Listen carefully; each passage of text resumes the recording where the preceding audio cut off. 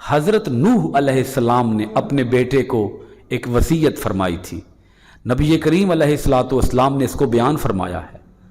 حضرت نوح علیہ السلام نے اپنے بیٹے کو کہا 2 کام نہ کرنا اور 2 کام ضرور کرنا، ایک ہے شرک اور ایک ہے تکبر، یہ 2 کام نہ کرنا، اور 2 کام ضرور کرنا، ایک لا الہ الا اللہ پڑھتے رہنا، اور ساتھ فرمایا سبحان اللہ و بحمدہ پڑھتے رہنا۔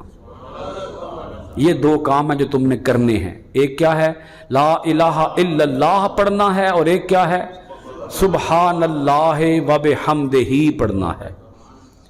پھر ساتھ حضرت نوح علیہ السلام نے بتایا کہ لا الہ الا اللہ یہ اتنا بڑا جملہ ہے، اس کی اتنی ویلیو ہے، اس کی اتنی قدر و قیمت ہے، اس کا اتنا مول ہے اللہ کے دربار میں کہ اگر 7 آسمان اور 7 زمینیں ایک پلڑے کے اندر رکھی جائیں اور ایک پلڑے کے اندر لا الہ الا اللہ رکھا جائے تو جس پلڑے کے اندر لا الہ الا اللہ ہوگا وہ پلڑا بھاری ہوگا۔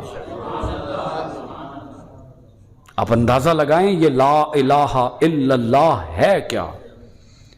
7 آسمان اور 7 زمینیں اس کے مقابلے میں وہ اہمیت نہیں رکھتے جو اہمیت اس کلمے کی ہے، لا الہ الا اللہ۔ مسئلہ ہمارا یہ ہے کہ ہم توجہ کے بغیر پڑھ رہے ہوتے ہیں، توجہ ہماری ادھر نہیں ہوتی، توجہ کہیں اور ہوتی ہے۔